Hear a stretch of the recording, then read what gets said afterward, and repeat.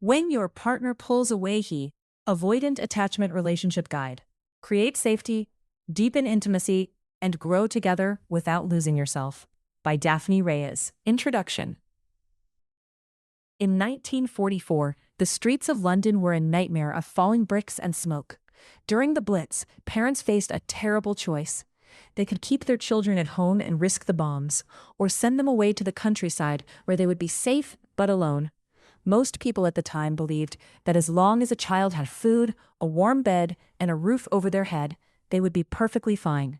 In fact, many experts warned parents not to be too mushy. They thought hugging children too much would make them weak or spoiled. Dorothy Burlingham and Anna Freud ran a special nursery in Hampstead during this time. They watched these children closely. What they saw changed everything we know about love and fear. They noticed a group of children who seemed like perfect little soldiers.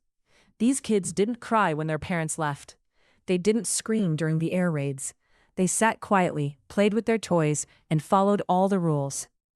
To an outsider, they looked like the most well-behaved children in England. But Anna Freud saw something else. She realized that these children weren't brave, they were frozen. Their silence wasn't peace, it was a shield. They had learned that the pain of missing their parents was too big to handle, so they simply turned off their feelings. They pulled away from everyone around them, because if they didn't care about anyone, no one could hurt them by leaving. This was the birth of what we now call avoidant attachment. It isn't a lack of love, it is a survival strategy built in the middle of a war. The silence in your own home. You might not be living through a world war, but if you are reading this, it probably feels like there is a war going on inside your heart. You know the feeling of the pull away all too well. It usually happens right after things seem perfect. Maybe you had a long, deep talk that lasted until 2 a.m. Maybe you just shared a beautiful weekend away. You feel closer than ever, and you think, finally, we are getting somewhere. Then, Monday morning comes. Suddenly, your partner is a ghost. They are physically in the room, but their mind is 1,000 miles away. They give you one-word answers. They spend 3 hours fixing something in the garage that isn't even broken. When you try to lean in for a kiss or a hug, you feel them stiffen.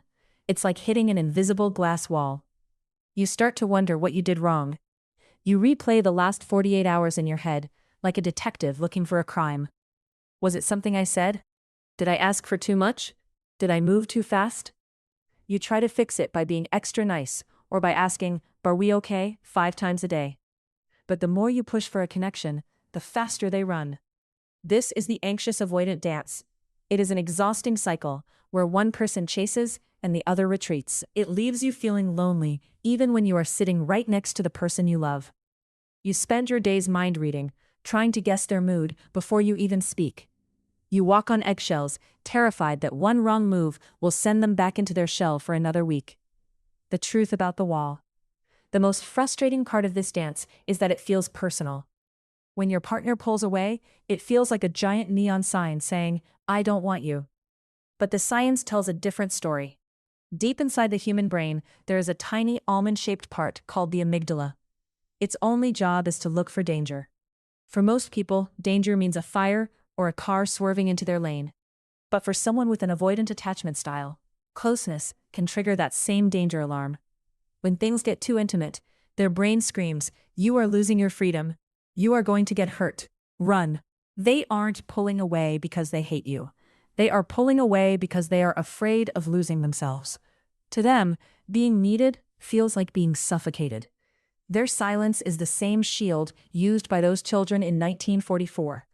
It is a way to stay safe when the world feels too heavy. The problem is that your brain has its own alarm. When you feel them pull away, your brain senses separation distress. Humans are biologically wired to stay close to their tribe.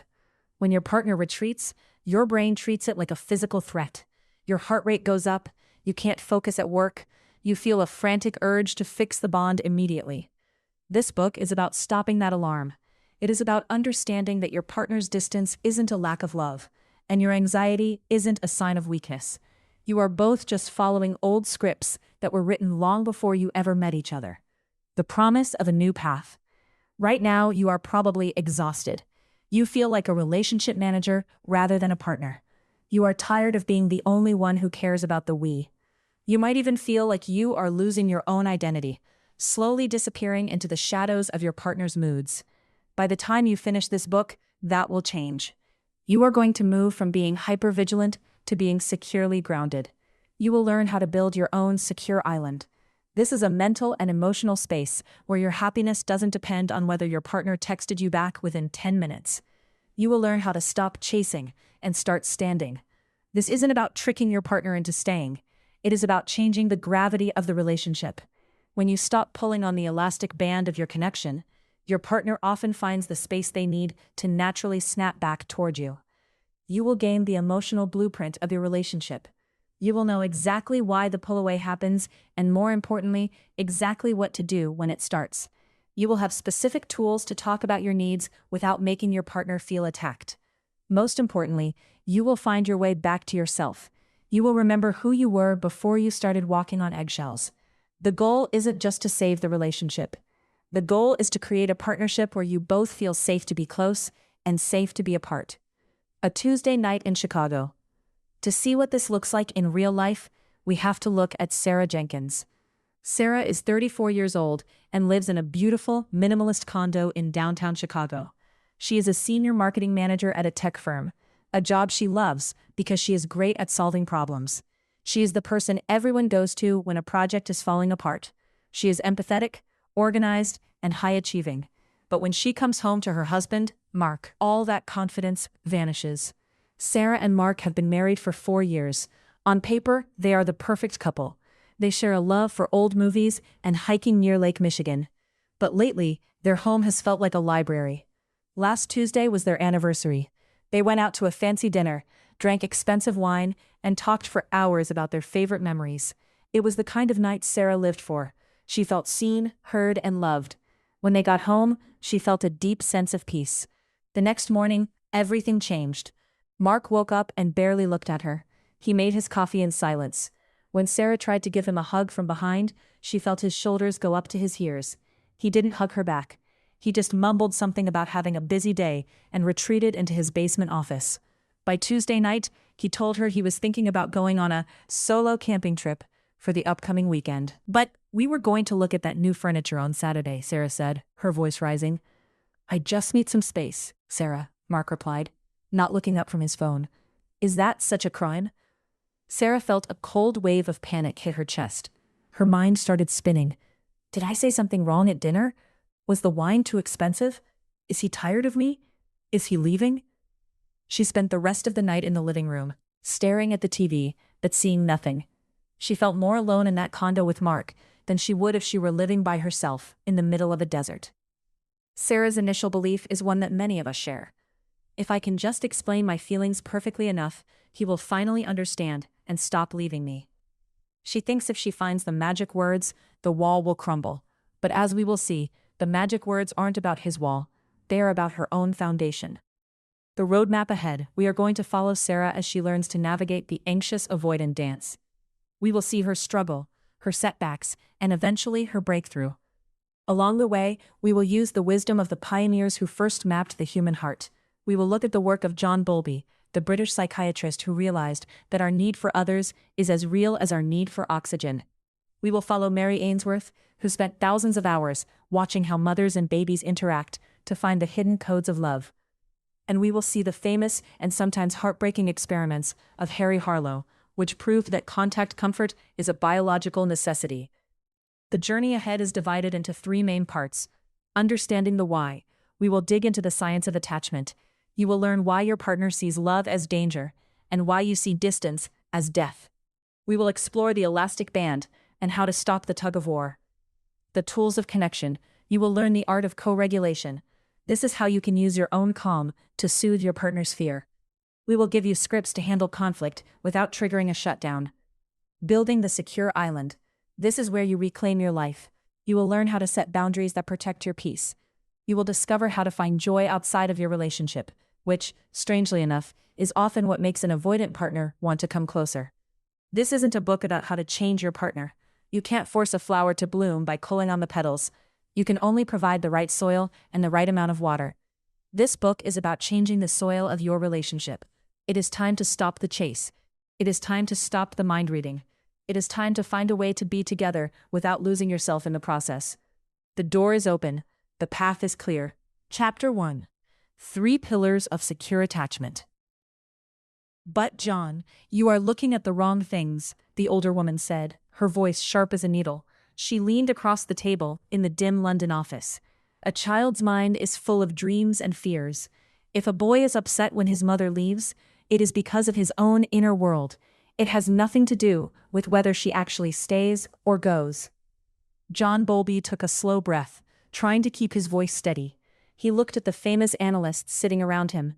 These were the experts of the 1950s. They believed that if a person was unhappy, it was because of hidden thoughts they were born with. To them, the real world didn't matter much. "I have seen the children in the hospitals," Bowlby replied. He thought of the small faces he had watched for hours, children who had been moved away from their families during the war. They aren't crying because of a dream. They are crying because they are alone. They are terrified because the one person they need is gone. If we don't understand that humans have a biological need to be close to one another, we are missing everything. His colleagues shook their heads. They called him a rebel. They told him he was wasting his time. But Bowlby couldn't forget the silence of those hospital wards. He knew that love wasn't just a nice-to-have feeling. He suspected it was as important as food and water. He was about to prove that when a person pulls away, it isn't just a random act. It is a signal that the very foundation of their world is shaking. The World Health Organization report. In 1951, the World Health Organization asked Bowlby to write a report about children who had lost their homes after World War II. He traveled across Europe and the United States, talking to doctors and watching how kids acted when they were separated from their parents. At the time, the world was a cold place for a child. Doctors told parents not to pick up their babies too much because it would spoil them. Hospitals often banned parents from visiting their sick children because the doctors thought the parents would bring in germs or upset the routine. Bowlby saw children who were so lonely, they eventually stopped crying altogether. They became like little statues, quiet, well-behaved, and completely hollow inside. When Bowlby turned in his report, it sent a shock through the medical world. He argued that for a human to grow up healthy, they needed a warm, steady, and continuous relationship with a caregiver. He called this a secure base. A secure base is like the home plate in a game of tag. It is the place where you can go to feel safe, catch your breath, and get your energy back. Once you feel safe at home plate, you have the courage to run back out into the field and play the game. Bowlby realized that adults work the same way. We never outgrow our need for a home plate. We need to know that if the world gets too loud or too scary, our partner will be there to catch us. The map in your head. Bowlby realized that as we grow up, we build a map of how love works. He called this the internal working model. Think of it like a GPS for your heart. If your parents were usually there when you cried, your map says, people are helpful. I am worth loving. If I am in trouble, I can ask for help. This is the map of a secure attachment. But if your parents were distant, or if they only paid attention to you when you were perfect, your map looks different. It might say, people are unreliable. I have to take care of myself. If I show my feelings, people will leave me. These maps are very hard to change. We carry them into our adult lives without even knowing it. When Sarah Jenkins sits at her desk at a tech firm in Chicago, she isn't thinking about her childhood map. She is thinking about her husband, Mark. Sarah's office. The clock on Sarah's computer screen says 2:15 p.m. She has a big marketing meeting in 10 minutes, but she can't focus. She sent Mark a text 3 hours ago, asking if he wanted to go to the movies on Friday night. The red receipt is on. He saw it, but he hasn't typed a single word back. Sarah feels a familiar tightness in her chest. It's a physical pull, like an elastic band is stretched between her and Mark. When he pulls away by staying silent, the band gets tighter and tighter. She feels like she has to do something to snap it back. She wants to text him again. She wants to call him. She wants to ask, "Are you mad at me? Did I do something wrong?" She knows that Mark is probably just busy at work, or maybe he's thinking about the movie. But her map is screaming at her. Her map says that silence means danger. To Sarah, Mark's silence feels like he is moving to a different planet. She tries to work, but she is over-functioning. She is checking her emails every 30 seconds. She is over-preparing for her meeting. She is trying to be so perfect at work that she can ignore the sinking feeling in her stomach. She realizes that she is the anxious pursuer. She is the one who chases, hoping that if she just explains herself well enough, Mark will finally stop running. Sarah looks down at a book on her desk about Bowlby's work. She reads the words secure base and stops. She realizes she doesn't feel like she has a base at all. She feels like she is floating in the middle of the ocean, and Mark is the only life raft. But he keeps drifting further away. The 3 pillars of security. Through his research, Bowlby found that a secure relationship isn't just about loving someone. It is built on 3 very specific pillars. When these 3 things are present, the elastic band feels relaxed. When they are missing, we start to panic. 1. Accessibility. Are you there? This is the most basic question of love. Accessibility means that when I reach out for you, I can find you. It's not just about being in the same room. It's about knowing that you are on call for me. For someone like Sarah, accessibility is a text back. For someone like Mark, who might have an avoidant style, accessibility feels like a trap. If he feels like he has to be available every second, he feels smothered. But without accessibility, there is no trust. You can't build a house on land that disappears half the time. 2. Responsiveness. Do you care? Being there is the first step, but how you react matters even more. Responsiveness means that when I show you I am upset, you notice and you care. If a child falls down and skins their knee, they look at their parent. If the parent says, "Oh no, let me help," the child feels secure. If the parent says, "Stop crying, you're fine," the child learns that their pain doesn't matter. In adult relationships, responsiveness is about tuning in to each other's moods. It's seeing that your partner is stressed and offering a hand or a kind word without being asked. 3. Emotional engagement. Are you with me? This is the deepest pillar. It's the feeling that your partner is truly present. You can be in the same room as someone, but if they're staring at their phone or checking out mentally, they aren't engaged. Engagement is a special kind of attention. It says, you are the most important person in the room right now. Avoidant partners often struggle here. They might be accessible, sitting on the couch, and responsive, handing you a tissue. But they keep their heart behind a glass wall. They don't let you see their own fears or joys because they are afraid that if they get too close, they will be hurt. The Harvard discovery. Some people think that focusing so much on relationships is a sign of weakness. They think we should be strong and independent. But history shows that we aren't built to be alone. In 1938, researchers at Harvard University started a study that would last for over 75 years. They followed 724 men from the time they were teenagers all the way into old age. They tracked their health, their jobs, and their happiness. The results were clear. The people who were the healthiest and the happiest weren't the ones with the most money or the most fame. They were the people who had the strongest relationships. The study showed that loneliness actually kills. It makes our brains age faster and our bodies get sick sooner. Bowlby was right. Having a secure base isn't a luxury, it is a biological necessity. When your partner pulls away, your brain perceives it as a life-threatening emergency.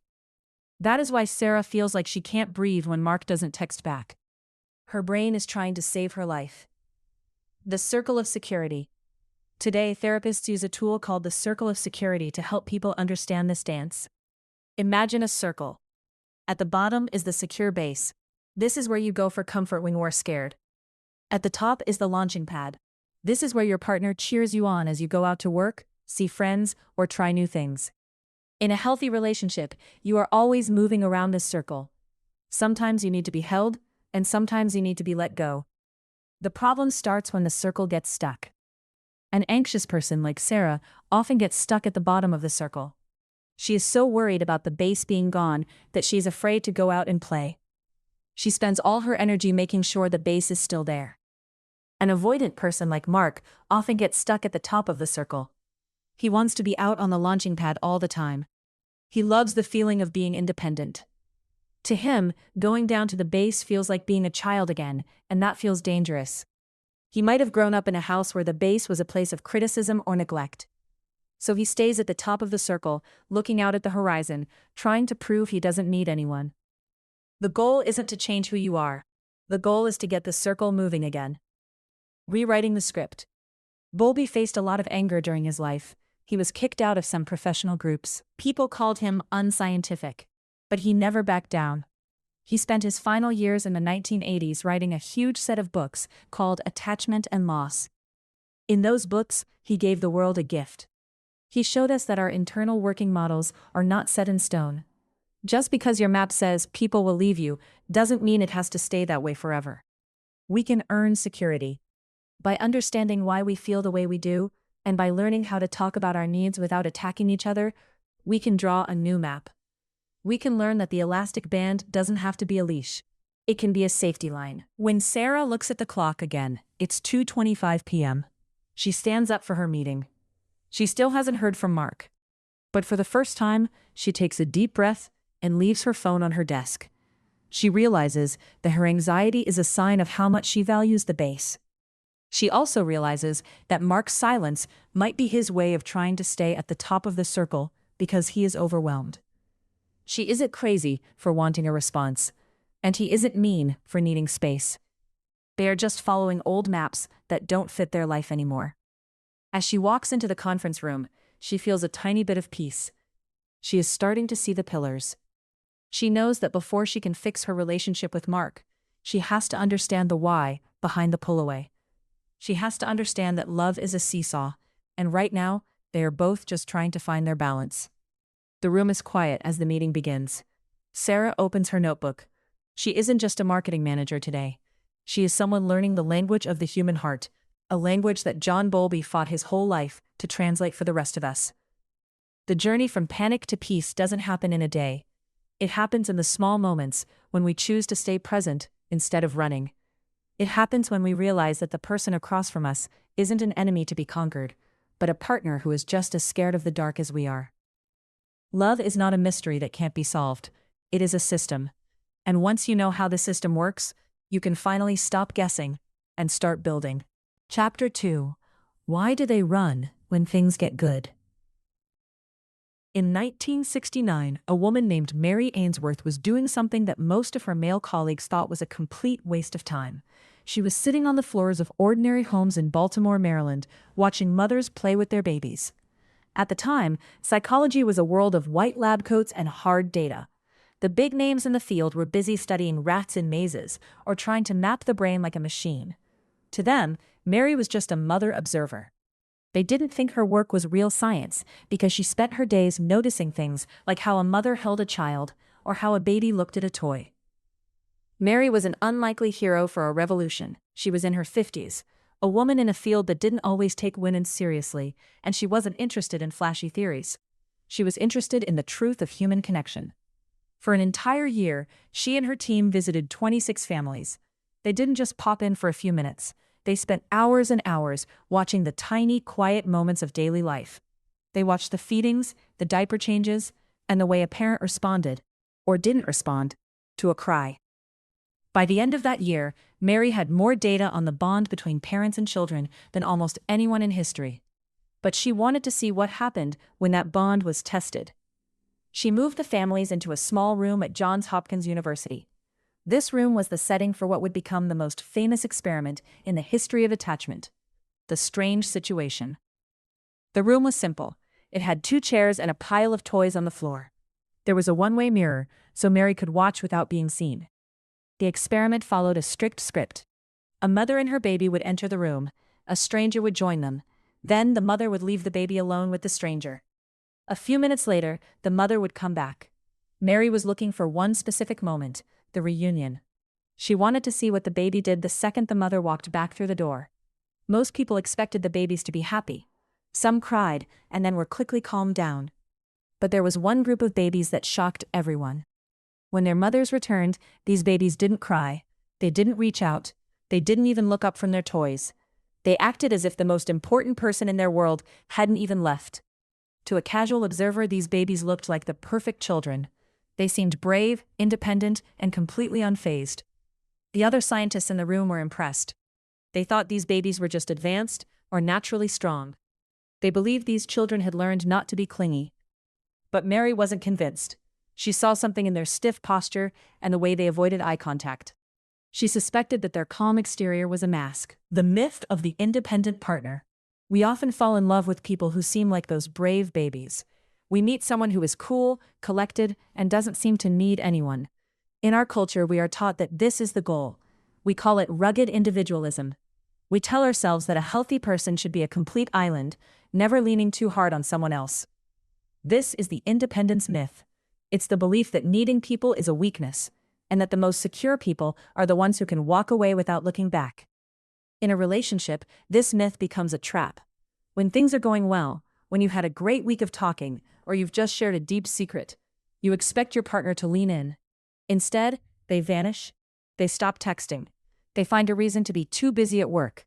They might even pick a fight about something tiny, like the way you chew your food or a movie you wanted to watch. It feels like a personal insult. You think, I gave them my heart, and they ran away.